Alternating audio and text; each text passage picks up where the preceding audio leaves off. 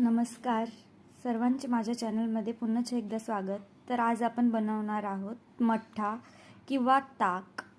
तर मी घेतलेलं आहे गाईचं 1 वाटी दही. तुम्ही पाहू शकता माझ्याकडे गाईचं दही खूप म्हणजे एकदम छान असं जाडसर आहे.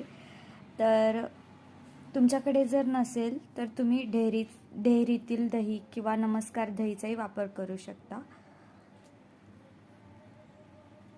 तर सर्वप्रथम मी हा दही मिक्सरच्या भांड्यात ॲड करत आहे. त्यात मी 1 वाटी दही घेतलेला आहे. तर त्यात मी 1 स्पून किंवा चवीनुसार मीठ ॲड करत आहे.